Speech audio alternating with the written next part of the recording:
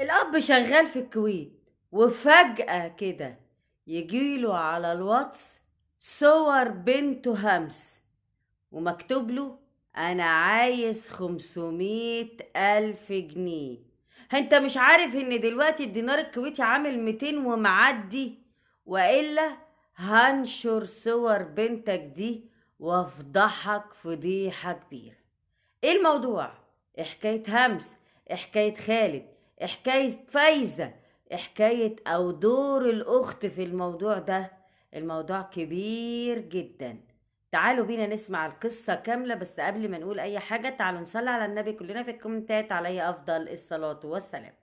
في اسيوط، في منطقة اسمها ديروت، طلعت همس اللي عندها 19 سنة، اللي عايشة مع أمها الحاجة فايزة. ست مش كبيرة ومش صغيرة،